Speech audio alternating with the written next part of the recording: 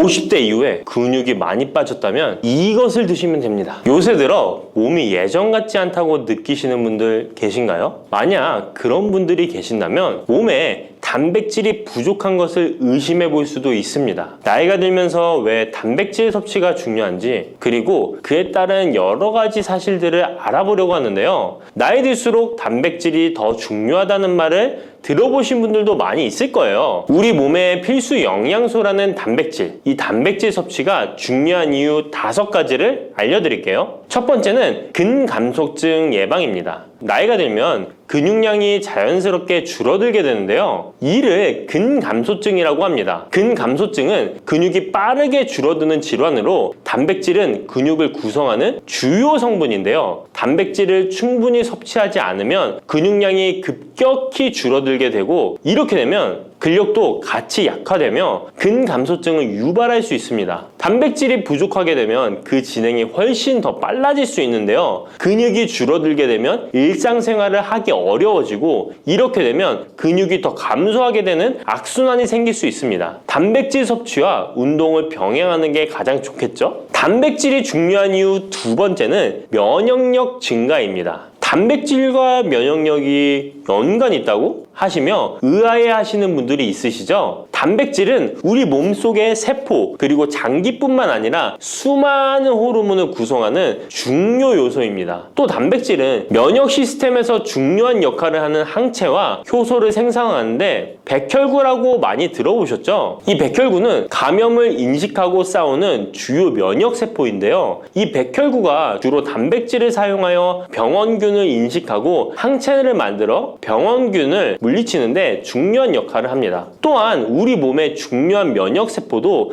감염에 대응할 때 단백질을 사용하여 신호를 보내고 병원균을 파괴하는 작용을 합니다. 나이가 들면서 면역 시스템이 약해지기 쉬운데, 그럴수록 단백질을 충분히 섭취하면 면역력을 높일 수 있습니다. 단백질 섭취가 중요한 이유 3번째는 심혈관계 질환 예방입니다. 단백질은 심혈관 건강에도 영향을 주는데요. 특히 식물성 단백질이 도움을 줍니다. 예를 들자면 콩류와 견과류 등은 나쁜 콜레스테롤인 LDL의 수치를 낮추고 심혈관계 질환의 위험을 줄이는데 도움이 됩니다. 특히 노년층에서 단백질 섭취는 고혈압, 동맥경화증, 심장병 등을 예방하는 데 중요한 역할을 합니다. 4번째는 피부의 탄력 저하를 예방합니다. 피부의 주 성분 중 하나인 콜라겐은 단백질로 이루어져 있는데요. 나이가 들면 콜라겐이 자연스럽게 감소하게 되는데, 이로 인해 피부 탄력이 떨어지고 주름이 생깁니다. 이때 단백질을 충분히 섭취하면 피부 건강에도 좋은 영향을 주는데요. 단백질 공급은 피부 재생을 촉진시켜 피부 건강을 유지하는 데 도움을 줍니다. 5번째는 골다공증 예방입니다. 나이 드신 여성분들은 특히 더 주목해주세요. 질병관리청의 보도자료에 따르면 대한민국 50세 이상의 골다공증 유병률은 22.5%로 약 5명 중 1명은 골다공증이 있는데요. 골다공증은 조용한 뼈 도둑이라고 불릴 정도로 초기 증상이 뚜렷하게 보이지 않지만, 골다공증이 한 번 생기면 이로 인한 고관절, 척추, 손목 등의 골절이 생기기 쉽고, 이로 인해 합병증 위험 또한 증가하는데요. 이 골다공증을 예방하는 데 중요한 요소가 바로 단백질입니다. 단백질은 뼈를 구성하는 중요한 요소 중 하나인데요. 뼈의 건강을 유지하는 데 필요한 칼슘과 함께 단백질은 뼈의 구조를 안정화시키고 골밀도를 높여서 골다공증을 예방하는 데 중요한 역할을 합니다. 한마디로 노년층에서 우리가 흔히 알고 있는 칼슘과 비타민 D와 함께 단백질 섭취를 증가시키면 뼈가 약해지는 것을 방지할 수 있습니다. 이렇게 중요한 우리 몸속의 단백질이 혹시 부족하게 된다면 무슨 일이 일어날까요? 단백질이 부족하면 여러 가지 신체 기능에 문제가 생기는데요. 첫 번째는 인지기능 저하와 치매입니다. 단백질 부족이 치매를 유발한다니 놀라셨나요? 연구에 따르면 단백질이 뇌 건강을 유지하는 데 아주 중요한 역할을 합니다. 특히 기억력에 많은 영향을 주는데요. 단백질은 뇌에서 신경 전달 물질을 만들고 뇌세포의 구조를 유지하는 데 도움을 줍니다. 특히 학습과 기억력에 영향을 주는 시냅스에서 발생하는 신경 전달 물질의 방출과 수용체 활성화는 대부분 단백질에 의해 조절되는데, 예를 들어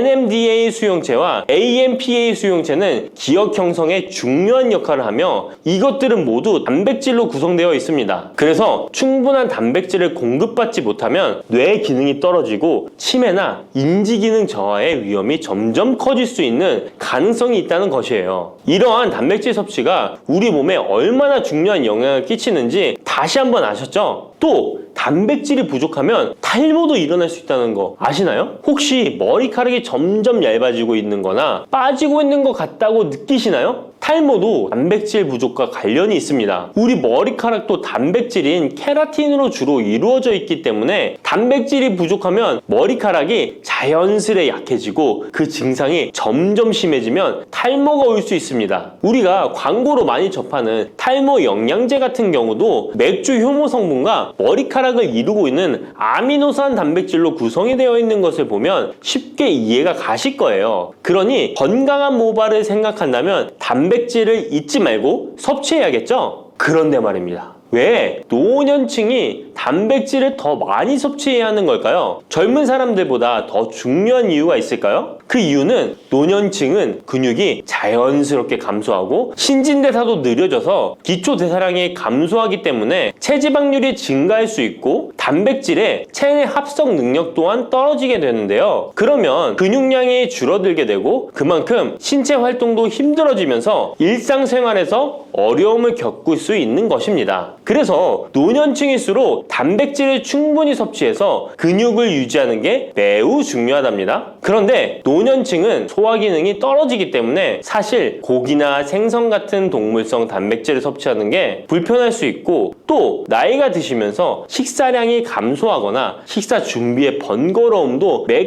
끼 단백질을 챙겨 먹는데 어려움을 주는 게 사실입니다. 그래서 혼자 지내시는 분들은 더욱더 단백질 섭취가 어렵기도 합니다. 또한 어떤 분들은 체중 증가를 걱정해서 단백질이 고칼로리라고 생각해서 드시기를 꺼려 하기도 하고요. 그렇다고 해서 섭취하기 어렵다고 단백질의 섭취를 멀리해서는 절대 안 됩니다. 우리 몸에 이렇게 필수적인 단백질을 충분히 섭취하기 좋은 음식에는 무엇이 있을까요? 단백질을 섭취하기 좋은 추천 음식 4가지 바로 소개해 드릴게요. 첫 번째 식품은 계란입니다. 사실 단백질 하면 가장 먼저 떠오르는 식품이 계란인데요. 계란 2알만 드셔도 하루에 필요한 단백질의 20%를 섭취할 수 있다는 거 아셨나요? 특히 계란의 단백질은 완전 단백질로 분류되는데요. 이는 우리 몸이 제대로 기능하는 데 필요한 필수 아미노산을 포함한다는 것을 뜻해요. 계란은 단백질뿐만 아니라 비타민 A, D, E도 함유하고 있어 건강에 매우 좋은데요. 계란은 자연적으로 비타민 D를 함유하고 있는 드문 식품 중 하나입니다. 또한 계란 노른자에는 칼슘, 구리, 요오드, 철분, 망간, 인, 셀레늄, 아연도 풍부하게 함유하고 있어서 계란을 먹으면 많은 영양소를 쉽게 섭취할 수 있는 거죠. 두 번째 식품은 생선입니다. 등푸른 생선 좋다는 이야기는 누구나 한 번쯤 들어보셨을 텐데요. 사실 등푸른 생선뿐만 아니라 다른 생선도 저지방, 고단백 식품으로 다른 고단백 식품인 육류에 비해 지방 함량이 낮고 필요 영양소는 그대로 제공해줍니다. 생선에는 단백질과 함께 오메가3 지방산도 풍부하게 함유되어 있어 심혈관 건강에 좋죠. 특히 연어, 고등어, 참치 같은 생선은 단백질뿐만 아니라 항염증 효과도 있습니다. 그리고 대구 같은 백색 생선은 지방 함량이 매우 적고 단백질은 상대적으로 많아서 체중 걱정이신 분들이나 다이어트를 하는 사람들에게 더욱 좋은 생선입니다. 등푸른 생선도 지방 함량은 높지만 이 지방이 건강에 유익한 오메가3 지방산이기 때문에 건강에 도움이 되는데요. 생선의 단백질은 다른 육류나 콩류보다 소화가 편하고 생선의 살은 비교적 부드러운 섬유질을 가지고 있어서 소화가 빠르고 몸에서 쉽게 흡수됩니다. 세 번째는 유단백 식품인 우유나 요거트 같은 유제품입니다. 특히 노년층에서는 유제품을 섭취하면 칼슘도 함께 챙길 수 있어서 골다공증 예방에도 도움이 되는데요. 유제품에 포함된 단백질은 고품질 단백질입니다. 고품질 단백질은 신체가 효율적으로 사용하고 필요한 아미노산을 모두 공급하는 단백질을 말하는데요. 유제품에 포함된 주요 단백질은 카제인과 웨이로 2가지 모두 필수 아미노산을 풍부하게 포함하고 있습니다. 웨이 단백질은 소화가 쉽기 때문에 운동 직후 우유를 섭취하시면 근육에 아미노산을 빠르게 공급할 수 있고 카제인은 천천히 흡수되어 장시간 동안 일정한 수준의 아미노산을 제공해 근육 손실을 방지하는 데 도움을 줍니다. 하지만 우유를 먹으면 속이 불편하신 분들도 계시죠? 많은 사람들이 유제품을 섭취할 때 소화 불편을 겪을 수 있는데 특히 락토스 불내증, 즉 유당 불내증이 있는 경우입니다. 그러나 요즘에는 이런 분들을 위한 락토스를 제거한 락토프리 우유나 치즈, 요구르트 등은 락토스가 거의 없거나 적은 제품들이 많이 나와 있는데요. 락토스 불내증이 있는 사람도 이런 유제품은 문제없이 섭취할 수 있습니다. 소화가 어려우신 분들은 참고하셔야겠죠? 네 번째는 콩류입니다. 콩류 또한 식물성 단백질로 유명하죠. 콩류는 식물성 단백질을 제공하는 대표적인 식품인데요. 두부나 두유 같은 식품으로도 쉽게 섭취할 수 있고요. 콩류와 같은 식물성 단백질은 고기나 유제품과 같은 동물성 단백질에 비해 지방 함량이 낮고 콜레스테롤이 없는 특징을 가지고 있습니다. 특히 콩, 렌틸콩, 병아리콩, 검정콩 등 다양한 종류의 콩류는 필수 아미노산을 풍부하게 포함하고 있어 신체가 필요로 하는 단백질을 고루 제공하는데요. 특히 고기나 생선 같은 동물성 단백질이 소화가 어려우신 분들에게는 두부나 비지찌개 같은 소화가 잘 되면서도 단백질도 섭취할 수 있는 콩류가 좋은 단백질 식품입니다. 이렇게 몸에 필수적인 단백질, 음식만으로 충분히 섭취되면 좋겠지만 그게 어려운 경우도 있을 텐데요. 이때 단백질 보충제도 좋은 선택이 될 수 있습니다. 운동 후에 빠르게 단백질을 보충하고 싶을 때나 식사를 통해 충분한 단백질을 섭취하기 어려운 경우 보충제가 유용한데요. 마트에서 쉽게 찾을 수 있는 단백질 파우더나 고단백 프로틴바를 이용하면 간편하게 단백질을 보충할 수 있습니다. 하지만 이렇게 간편하게 섭취할 수 있는 제품들 몸에 좋다고 많이 섭취하면 좋을까요? 과량 섭취할 때도 큰 문제가 될 수 있습니다. 한 번에 과도한 단백질은 신장에 부담을 줄 수 있고 또 체내에서 불필요하게 지방으로 축적될 수 있습니다. 단백질의 하루 권장 섭취량은 성인 기준 몸무게 1kg당 약 1g인데요. 하루 권장 섭취량을 꼭 지키는 게 중요하죠. 한마디로 보충제는 식사로 부족한 부분을 보충하는 역할만 하도록 하고 식사로 골고루 단백질을 섭취하는 게 가장 이상적입니다. 마지막으로 단백질 섭취 시 간단한 팁을 알려드리겠습니다. 매 끼니마다 조금씩 단백질을 나눠서 섭취하는 게 단백질 흡수에는 효과적인 거 아셨나요? 단백질은 탄수화물과 지방과 다르게 잉여 단백질이 몸에 저장되지 않는데요. 그 때문에 한 번에 과량으로 섭취하면 소화가 어려워지거나 신장에 부담만 줄 수 있고 단백질은 필요 이상의 단백질은 배출되기 때문에 번거롭더라도 매일 조금씩 몇 끼마다 꾸준히 섭취하는 게 중요합니다. 고기 좋아하시는 분, 채소를 더 선호하시는 분, 이제는 다 같은 단백질이라고 생각하지 마시고 동물성 단백질과 식물성 단백질을 골고루 섭취해야 하는데 동물성 단백질은 식물성 단백질에는 부족한 아미노산이 풍부하고 식물성 단백질은 동물성 단백질에 비해 지방이 적고 섬유질도 같이 섭취할 수 있습니다. 우리가 평상시에 먹는 한식은 사실 단백질 섭취에 아주 좋은데요. 식탁에 단백질이 풍부한 계란, 생선, 두부, 콩들을 반찬으로 두어 개만 먹어도 쉽게 몇 끼마다 몸에 필요한 단백질을 섭취할 수 있습니다. 이제부터 잊지 마시고 단백질이 풍부한 반찬 꼭 드셔주세요. 단백질 폭탄으로 알려진 두부는 건강식으로 많이 드시는 대표적인 식재료입니다. 그런데 두부를 잘못 드시면 오히려 건강을 해칠 수 있다는 사실 알고 계신가요?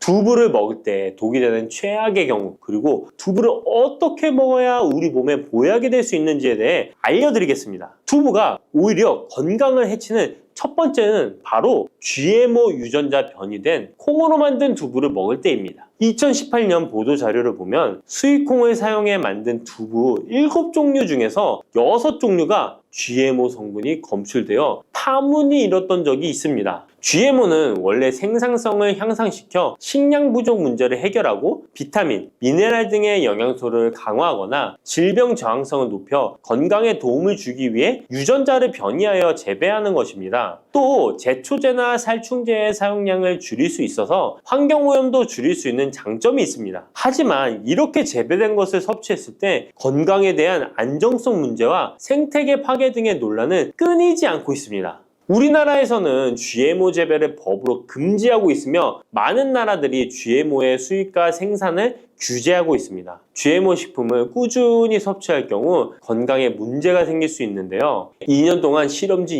200마리에게 GMO 옥수수를 먹인 실험 결과 20%의 쥐에서 종양이 발생했고 종양의 크기도 컸는데요. 종양의 크기가 탁구공만큼 크게 자란 쥐도 발견됐는데 쥐 전체 몸무게의 4분의 1에 해당되는 무게였다고 합니다. GMO 표기가 의무이기 때문에 GMO 표기가 없는 식품을 사 먹으면 되지만 문제는 식품을 몇 차례 가공 과정을 거쳐 GMO의 DNA나 단백질이 남아있지 않은 식품은 GMO 표기를 하지 않아도 된다는 규정이 있기 때문에 소비자로서는 불안할 수밖에 없는데요. 따라서 두부를 구매하실 때 원료가 수입산이 아닌 국내산 콩으로 만든 두부를 사 드시길 바랍니다. 우리나라는 GMO 재배 자체가 금지이기 때문에 국내에서 재배된 식품은 안심하고 드셔도 됩니다. 두부가 건강을 해치는 두 번째는 바로 유부를 드시는 것입니다. 유부는 두부를 기름에 튀겨서 만드는 건데요. 유부를 먹는 방법에는 대표적으로 유부초밥이 있지만 이외에도 다양한 요리의 재료로 사용됩니다.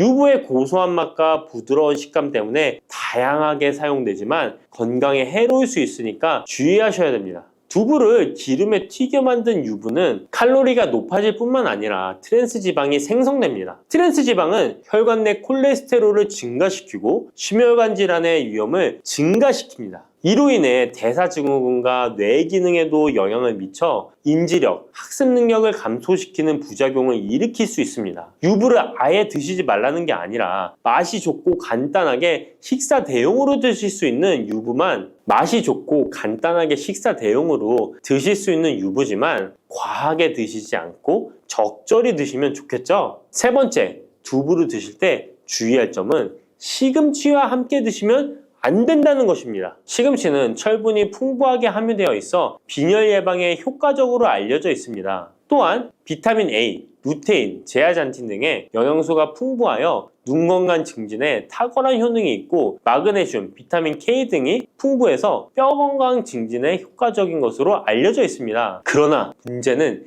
시금치에 함유된 옥살산입니다. 이 옥살산이 두부의 칼슘과 결합하여 수산칼슘이라는 성분이 만들어지는데 이 성분이 결정을 이루어 신장이나 요로에 쌓여 결석이 됩니다. 신장결석, 요로결석이 되어 극심한 통증을 유발할 수 있다는 것입니다. 시금치를 드실 때는 두부와 같이 칼슘이 많은 음식을 피하시고 별도로 섭취하시는 게 좋겠습니다. 네 번째, 두부를 드실 때 오히려 해가 되는 경우는 갑상선이 약하신 분들입니다. 두부에는 사포닌이라는 성분이 함유되어 있는데 사포닌을 많이 섭취하게 되면 요오드가 몸 밖으로 과도하게 배출될 수 있습니다. 요오드는 갑상선 호르몬의 합성과 조절을 돕는 아주 중요한 성분인데요. 요오드가 부족하게 되면 갑상선 호르몬인 티록신의 생성이 부족하게 되어 갑상선의 기능을 제대로 하지 못하는 상황이 발생할 수 있습니다. 이렇게 되면 갑상선 저하증이 생길 수 있고 무기력해지고 피로가 회복이 잘 안 되면 우울증, 부종, 집중력 저하 등의 다양한 증상을 야기할 수 있습니다. 갑상선에 문제가 없는 분이라면 두부를 많이 드셔도 문제가 되지 않지만 이미 갑상선이 약하신 분들에게는 안 좋은 영향을 줄 수 있는 것입니다. 그렇다면 두부는 어떻게 드셔야 두부의 효능을 최대한 높일 수 있는지 알려드리겠습니다. 두부는 기본적으로 단백질이 풍부한데 이뿐만 아니라 리놀렌산, 레시틴, 피토스테롤 등의 성분이 풍부해서 몸 안의 콜레스테롤 수치를 낮춰주고 혈액순환을 원활하게 해서 동맥경화, 심근경색, 뇌출혈 등의 심혈관 질환을 예방할 수 있습니다. 또한 두부는 체력과 근력을 유지하는 데 큰 도움을 주는데요. 바로 두부의 풍부한 단백질 때문이죠. 근육은 매일 일정량이 새로운 근육으로 대체되기 때문에 매일 단백질을 공급해줘야 되는데요. 우리 몸에 단백질을 공급해주기 위해 정말 유용한 음식이 두부인 것이죠. 또한 두부에는 콜린이 풍부한데 콜린은 알츠하이머성 치매를 예방하는데 탁월한 효능을 발휘하게 됩니다. 두부는 탈모 예방에도 도움이 되는데요. 머리카락의 원료인 단백질을 보충하는데 도움이 될 뿐만 아니라 이소플라본이 풍부해 남성 호르몬을 조절해줍니다. 따라서 호르몬성 탈모 예방에 도움을 줄 수 있는 것입니다. 또한 두부는 건강하게 장수하는 데 도움이 되는데요. 많은 과학자들의 연구 결과 건강하게 장수한 사람들의 특징이 식물성 단백질을 꾸준히 섭취했다는 사실을 발견했고, 동물성 단백질을 식물성 단백질로 바꿔 섭취했을 때 사망의 위험성이 낮아진다는 연구 결과도 있습니다. 이러한 효능이 극대화가 되려면 소화 흡수가 잘 되어야겠죠. 두부 중 소화 흡수가 가장 잘 되는 것이 바로 순두부입니다. 순두부는 일반 두부와 마찬가지로 비질을 분리한 콩물에 응고력이 약한 응고제를 넣어 만든 것인데요. 그렇기에 훨씬 부드럽고 소화 흡수가 잘 되는 형태가 되는 것입니다. 하지만 단점은 일반 두부보다 단백질, 섬유질 등의 영양 성분의 함량이 떨어지는데요. 이런 단점을 보완하기 위해 계란과 함께 드시면 좋은 대안이 될 수 있어요. 순두부찌개에 계란이 들어가 있는 것이 맛뿐만 아니라 영양적으로도 찰떡궁합인 것이죠. 순두부와는 식감이 완전히 다른 쫄깃한 두부면이 요즘 인기가 높아지고 있는데요. 밀가루를 대체할 수 있는 다이어트 식품으로 많이 알려지고 있습니다. 다양한 면 요리에 사용되는데 단순히 두부를 면 모양으로 만든 것이 아니라 일반 두부보다 단백질의 함량이 2배 정도 높아서 건강에 더욱 좋은 식품입니다. 두부에서 수분을 빼고 응축시켜 만들기 때문에 같은 무게당 영양 성분의 함량이 높아지는 것입니다. 두부는 양배추와 함께 드시면 좋은데요. 두부는 단백질이 풍부하지만 비타민C와 섬유질이 부족한데 양배추와 함께 드시면 모든 영양소를 골고루 섭취할 수 있게 되는 것입니다. 또 귀리를 넣은 잡곡밥과 함께 드시면 좋은데요. 귀리에 풍부하게 함유된 식이섬유와 베타글루칸과 두부의 단백질, 칼슘을 충분히 섭취할 수 있는 것입니다. 두부는 그리고 미역과 김, 다시마와 같은 해조류와 함께 드시면 좋은데요. 이런 해조류와 함께 드시게 되면 두부의 단백질을 흡수하는데 극대화가 되고 두부의 사포닌으로 인한 요오드 배출을 해조류의 풍부한 요오드 성분이 상쇄시켜 줄 수 있는 것입니다. 두부와 함께 먹으면 좋은 음식으로는 토마토가 있습니다. 토마토에는 라이코펜이라는 강력한 항산화 성분이 함유되어 있어서 세포의 노화를 방지하고 활성산소를 제거하여 혈관을 건강하게 보호하며 암을 예방하는 효능도 있습니다. 두부와 토마토 그리고 계란까지 함께 살짝 볶아 드신다면 풍부한 영양 성분을 섭취할 뿐만 아니라 암 예방과 체중 감량에도 좋고 피부 미용에도 탁월한 효능을 누릴 수 있습니다. 녹두는 이렇게 드셔야 당뇨가 예방되고 혈당이 쑥 떨어집니다. 한의학에서는 약으로 사용할 정도로 약효가 뛰어난 식재료가 녹두입니다. 우리 선조들은 이 약효를 잘 알고 일반 가정에서도 많이 사용했습니다. 이런 녹두가 만병의 근원인 고혈압과 당뇨에도 좋다는 사실 알고 계셨나요? 그런데 이렇게 좋다는 녹두도 잘 알고 드셔야 하는데요. 잘못 드시면 우리 몸에 독이 될 수도 있고 잘 드시면 보약이 될 수도 있습니다. 녹두는 어떻게 또 무엇과 먹어야 되고 주의할 점은 무엇인지 모두 알려드릴게요. 녹두에 약간 거친 식감을 싫어하시는 분들이 껍질을 까고 녹두 속 알맹이만 드시는데요. 녹두에 놀라운 영양 성분들이 거의 다 껍질에 있기 때문에 녹두 껍질은 반드시 함께 드셔야 합니다. 녹두에는 식이섬유가 풍부하고 소화를 돕는 효소가 많아 소화가 잘 안 되는 분들이 드시면 도움이 되는데요. 녹두에 풍부한 식이섬유가 장운동을 활발하게 하고 소화를 돕는 효소가 장내에 유익균을 풍성하게 해줘 장 건강을 개선해 줄 수 있습니다. 우리 선조들은 기억력이 많이 약해진 환자에게 녹두죽을 먹여 몸을 회복시켜 주었는데요. 그만큼 몸이 약해진 환자들의 몸에도 흡수가 잘 될 만큼 녹두가 우리 몸에 좋다는 것이죠. 놀랍게도 녹두에는 마그네슘, 칼슘과 같은 미네랄 성분들도 풍부한데요. 이 풍부한 칼슘은 골다공증을 예방하고 뼈를 튼튼하게 하는 효과가 있습니다. 칼슘이 뼈를 이루는 주성분인 것은 잘 알고 계시죠? 마그네슘은 이런 필수 미네랄인 칼슘의 흡수를 도와주기 때문에 녹두가 뼈 건강에도 놀라운 효능을 발휘할 수 있는 것입니다.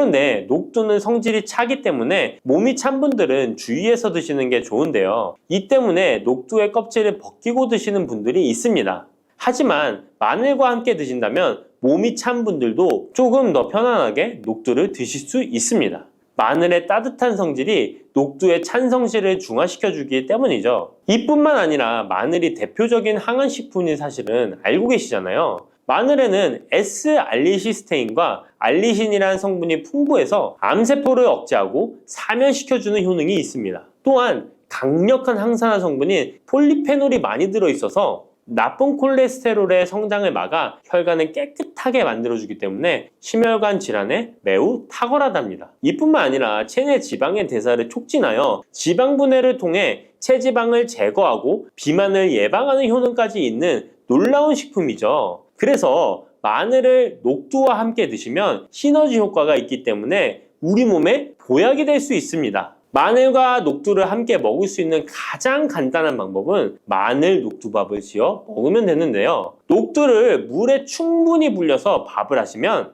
녹두 껍질의 거친 식감을 완화시켜 편하게 드실 수 있습니다. 그리고 우리가 녹두하면 생각나는 대표적인 음식이 녹두 빈대떡이 있는데요. 맛있는 녹두 빈대떡에 돼지고기를 갈아서 함께 부쳐 먹기도 하죠. 이 방법은 영양학적으로도 탁월한 조합이 됩니다. 녹두에 부족한 필수 아미노산인 트립토판 같은 성분이 돼지고기에 풍부하게 들어있기 때문인데요. 트립토판이나 메티오닌 같은 필수 아미노산은 우리 몸에서 합성되지 않아 반드시 음식을 통해 섭취해야 합니다. 돼지고기가 이런 아미노산의 훌륭한 공급원이 될 수 있기 때문에 나이가 들면서 기력이 약해진 분들이 녹두와 돼지고기를 함께 드시게 되면 기력 회복에 좋은 효과를 보실 수 있습니다. 또한 돼지고기에는 단백질이 풍부하여 근육을 튼튼하게 하는데 도움을 주고 풍부한 비타민 B1은 피로 회복과 신경 안정에도 매우 효과적입니다. 철분도 풍부해 나이가 들며 부족해지는 철분 보충에도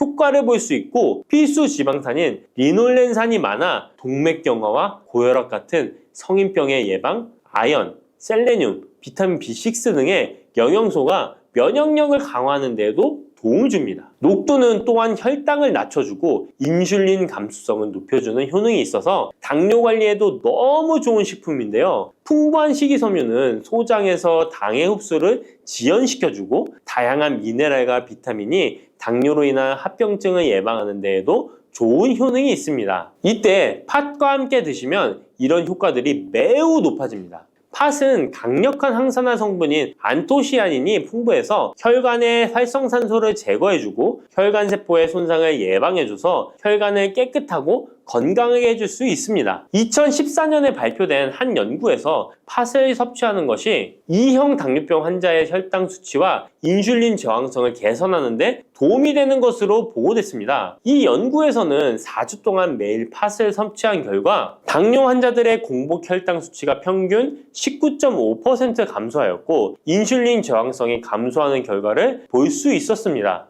또한 팥은 쌀의 10배 이상, 바나나의 4배 이상의 많은 칼륨을 함유하고 있는데요. 칼륨은 몸 안에 나트륨을 배출하고 당뇨 환자의 신장 기능을 강화시켜주며 혈압 상승을 억제해주는 효능이 있습니다. 팥은 한의원에서 다이어트를 위한 처방을 할 때도 사용되는데 팥의 풍부한 칼륨은 이뇨작용을 통해 부종을 줄여줄 수 있기 때문에 지방이 몸에 축적이 잘 되어 살이 찌는 사람에게 효과적입니다. 특히 쉽게 붓고 살이 찌는 분들에게 더욱 효과가 좋은데요. 한 실험에서 실험쥐에 팥 추출물을 먹였더니 체지방 함량이 30% 이상 줄었고 몸무게도 37%나 감소한 결과를 발표하기도 했습니다. 자, 이렇게 녹두와 함께 복용하면 좋은 식품들을 알아보았는데요. 그렇다면 녹두를 복용할 때 주의할 점은 어떤 것이 있는지도 한번 살펴보겠습니다. 첫 번째는 녹두의 차가운 성질인데요. 녹두의 차가운 성질은 우리 몸의 열을 낮춰주고 스트레스를 해소하는 효과가 있습니다. 또한 염증 완화를 시키고 통증을 줄이는 데도 도움이 되는데요. 그래서 녹두로 속을 채운 베개를 쓰면 두통이 완화되기도 합니다. 다만 이런 찬 효능 때문에 녹두를 드실 때 주의하셔야 하는데요. 평소 몸이 찬 분들이 녹두를 많이 드시게 되면 오히려 몸에 해가 될 수 있습니다. 위나 장이 차가워지면 소화력이 떨어지고 복통이나 변비, 설사가 나타날 수 있습니다.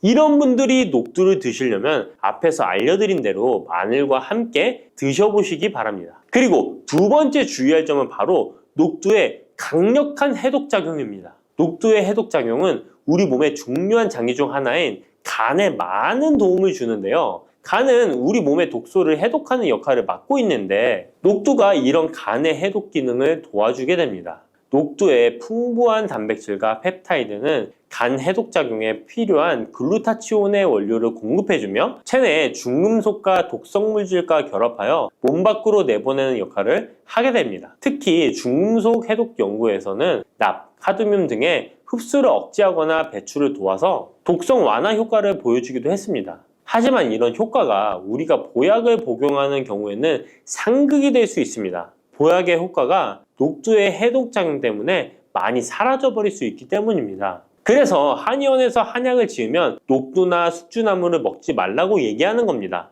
이런 녹두의 해독작용은 녹두의 껍질에 있는 성분 때문에 나타나게 되는데요. 따라서 껍질을 제거하고 만든 요리나 녹두 전분으로 만든 청포묵, 녹두당면을 드시면 녹두의 해독작용은 누릴 수가 없습니다. 물론 녹두 껍질을 제거해도 알맹이에 영양 성분들이 풍부한데요. 해독작용이 필요한 경우에는 껍질을 제거하지 않고 복용하시는 게 좋습니다. 세 번째로 복용 시에 주의할 점은 녹두의 풍부한 칼륨입니다. 앞에서 얘기했던 것처럼 칼륨은 나트륨을 배출해주며 당뇨와 고혈압에 도움이 되지만 신장이 약하신 분들에게는 간혹 독이 될 수 있습니다. 신장이 약하신 분들이 녹두를 필요 이상 많이 드시게 되면 칼륨 배출이 제대로 안 되면서 몸에 칼륨이 쌓여서 고칼륨 혈증이 발생할 수 있습니다. 그렇게 되면 근육 약화나 부정맥, 심장 질환 등의 증상이 발생할 수 있으니까 신장이 약하신 분들은 과도하게 많이 드시지 않는 게 좋습니다. 여러분, 달콤 쌉쌀한 계피 좋아하시나요? 저는 향긋한 수정과도 좋아하고 계피가루를 얹은 라떼도 매우 좋아하는데요. 계피는 단순히 향긋한 맛을 주는 향신료 이상의 효능을 가지고 있다는 것 알고 계신가요? 우리가 몰랐던 계피의 효능은 함께 먹으면 좋은 음식들, 그리고 주의할 점까지 자세히 알려드릴게요. 첫 번째 계피의 효능은 바로 암 예방 효과입니다. 계피는 항산화 성분이 풍부한 음식인 거 아시나요? 우리나라뿐만 아니라 전 세계적으로 계피는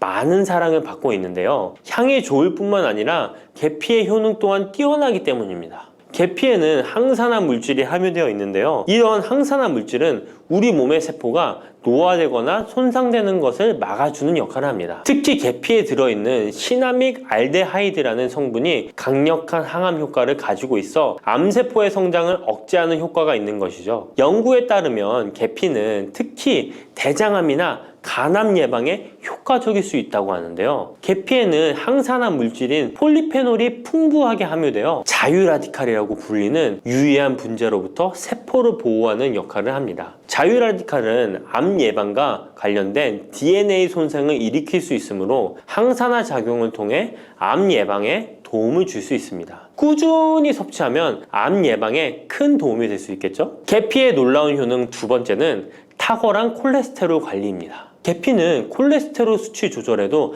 아주 유익한 식품인데요. 계피에 포함된 식이섬유와 폴리페놀 성분이 이와 같은 효능을 나타내는데 이 성분들이 혈관을 깨끗하게 유지하는데 중요한 역할을 한다고 합니다. 여러 연구에 따르면 계피에 포함된 성분들이 혈중 나쁜 콜레스테롤 LDL을 감소시키고 좋은 콜레스테롤 HDL을 증가시키는데 도움을 주고 있다고 합니다. 이는 계피에 함유된 특정 화합물이 콜레스테롤의 흡수를 억제하고 간에서 콜레스테롤의 생성을 감소시키는 작용을 할 수 있다는 것을 의미합니다. 계피는 체내에서 지방의 축적을 막고 혈관의 건강을 유지하는 데도 중요한 역할을 한다고 알려져 있죠. 고지혈증이나 고콜레스테롤 혈증은 심혈관 질환을 일으킬 수 있는 중요한 위험 요소로 알려져 있는데요. 계피는 이런 위험 요소를 관리하는 데 도움을 줄 수 있답니다. 따라서 계피를 적당히 섭취하면 콜레스테롤을 관리하는 데 유익하다고 할 수 있습니다. 심혈관 질환이 걱정되시는 분들에게는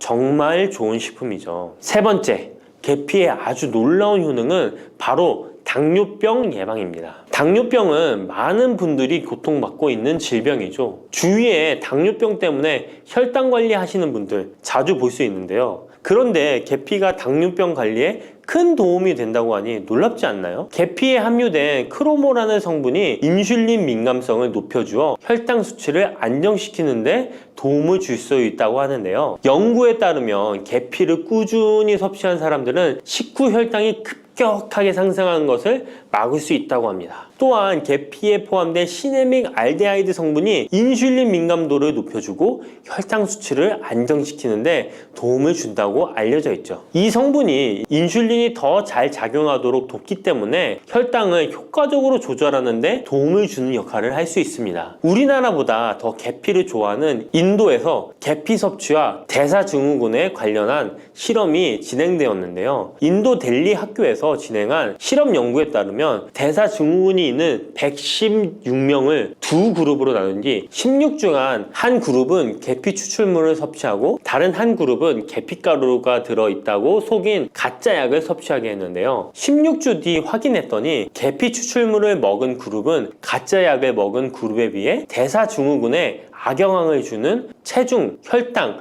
콜레스테롤 등의 수치가 개선되었다고 합니다. 참으로 놀랍죠. 물론 계피를 꾸준히 섭취하는 것만으로도 당뇨병을 완전히 예방할 수 있는 것은 아니지만 식이요법에 포함시킬 수 있는 좋은 재료라는 점은 분명합니다. 네 번째, 계피의 놀라운 효능은 바로 항염작용입니다. 계피가 항염작용까지 있다니 참 신기하죠? 계피에는 항염증 작용이 있는 화합물이 함유되어 있는데요. 계피에 들어있는 시나믹 알데하이드 성분은 염증을 줄이는데 효과적이라고 연구 결과도 있습니다. 이 성분은 몸속 염증 반응을 억제해 주어 관절염, 근육통, 염증성 질환이 있는 분들에게 매우 유익한 식품이죠. 특히 체내에서 발생하는 염증은 만성적인 질환을 유발할 수 있기 때문에 이를 예방하는 것이 중요한데요. 계피를 섭취하면 몸속 염증을 낮춰주는데 도움을 줄 뿐만 아니라 면역력 강화에도 긍정적인 영향을 미친다고 알려져 있습니다. 겨울철에는 찬바람과 습기로 인해 염증이 쉽게 발생하는데 계피를 섭취하면 몸을 따뜻하게 해주고 염증을 예방하는 데 도움이 됩니다. 계피 섭취가 일상적인 건강 유지, 특히 쌀쌀한 겨울에 아주 좋은 영향을 미친다고 할 수 있죠. 그렇다면 이것들과 계피와 함께 먹으면 계피의 효능이 2배가 된다는데요.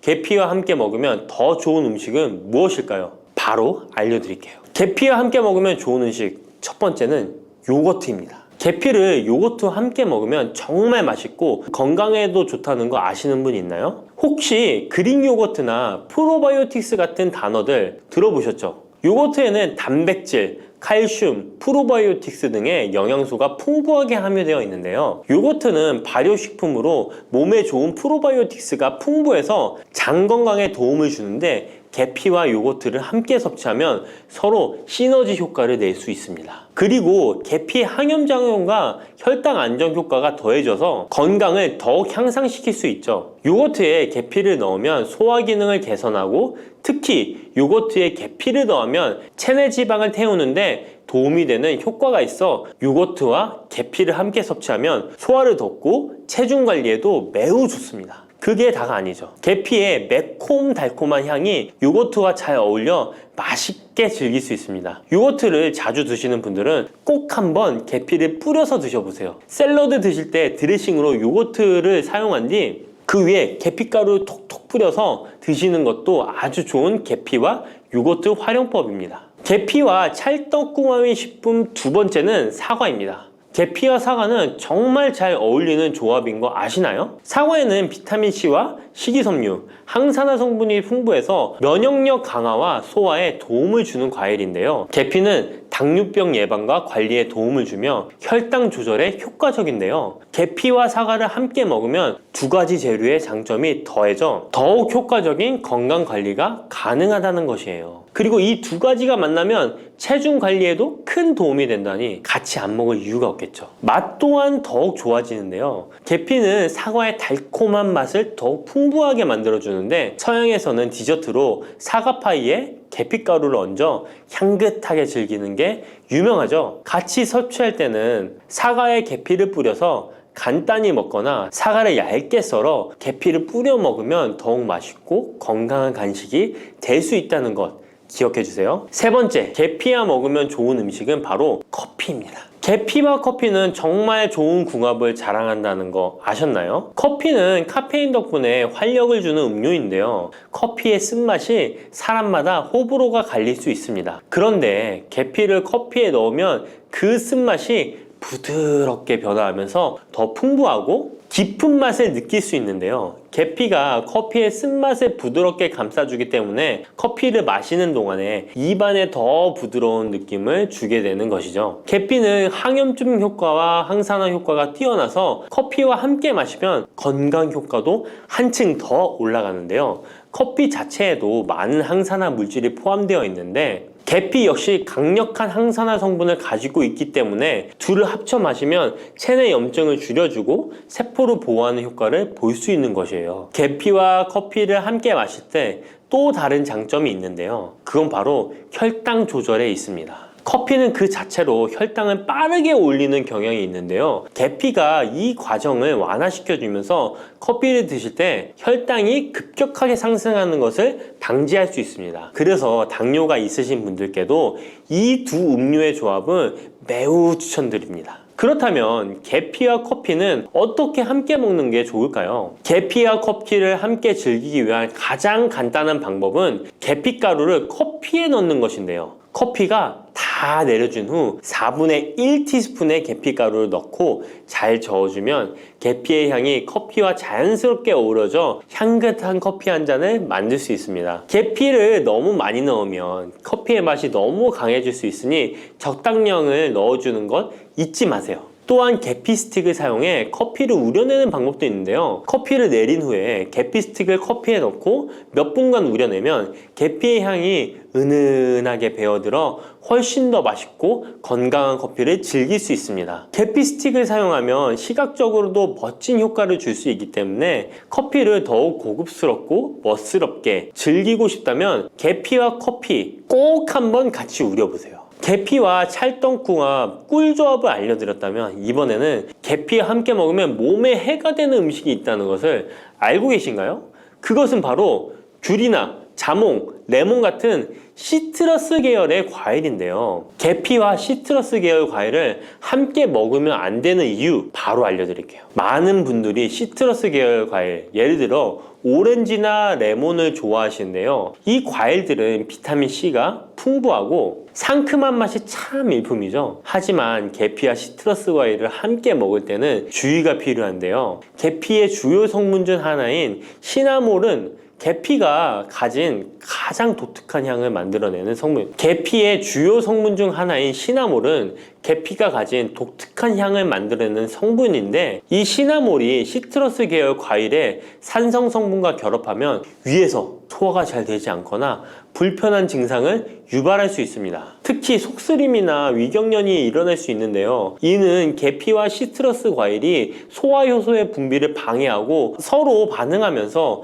위에 자극을 주기 때문입니다. 거기에다 시트러스 과일의 산도가 더해져 위산이 과도하게 분비될 수 있기 때문에 계피와 오렌지, 레몬, 귤과 같은 과일들을 함께 먹는 것은 피하는 것이 좋습니다. 만약 계피와 과일을 함께 즐기고 싶다면 아까 알려드렸던 사과도 매우 좋고 아니면 배도 계피와 잘 어울리는데요. 이러한 과일 소화에도 부담을 주지 않기 때문에 이제부터 계피와 과일을 함께 드시고 싶다면 꼭 유의해 주세요. 계피가 많은 효능을 가지고 있지만 부작용도 있을 수 있는데요. 계피를 섭취할 때 주의할 점은 무엇일까요? 그건 바로 과다 섭취, 간에 손상을 줄 수 있기 때문입니다. 계피는 적당히 섭취하면 건강에 많은 도움을 주지만 과다 섭취 시에 간에 부담을 줄 수 있다는 거 아셨나요? 특히 일반적으로 판매되는 카시아 계피는 쿠마린이라는 성분을 포함하고 있는데요. 이 성분은 과다 섭취 시에 간 손상을 일으킬 수 있습니다. 쿠마린은 간 독성을 일으킬 수 있는 물질로 알려져 있기 때문에 계피를 과다하게 섭취하는 것은 최대한 피하는 것이 좋겠죠? 여기서 우리가 주로 섭취하는 계피가 카시아 계피인지 세이론 계피인지 헷갈리시는 분도 있으실 거예요. 둘의 차이점을 알려드릴게요. 일반 계피는 주로 카시아 계피인데요. 카시아 계피는 중국, 인도, 베트남 등의 아시아 지역에서 많이 재배됩니다. 이 계피는 맛이 더 강하고 매운맛이 나면서 향도 좀 더 진하죠. 가격도 비교적 저렴해서 국내 유통되는 계피는 대부분 이 카시아 계피입니다. 세이론 계피는 주로 스리랑카, 인도의 일부 지역에서 자주 자생하는데요. 이 세이론 계피는 쿠마린의 함량이 매우 적답니다. 그래서 세이론 계피는 일반 계피보다 상대적으로 많이 섭취해도 건강에 부담이 적다는 것이죠. 세이론 계피는 향도 더 섬세하고 가벼운 느낌을 준다는 건데요. 세이론 계피는 더 희귀하고 가격이 비싸고 고급 계피로 취급되며 주로 건강식품이나 고급 요리에 사용됩니다. 앞서 말했듯이 우리가 쉽게 구할 수 있는 계피는 카시아 계피인데요. 그래서 섭취할 때는 보통 하루에 1에서 2g 정도 섭취하는 것이 안전한 양으로 권장되고 있고, 과다 섭취로 계피의 부작용을 경험하고 싶지 않으시다면 계피를 섭취할 때는 적당량을 지키는 것이 중요합니다. 꼭 기억해 주세요.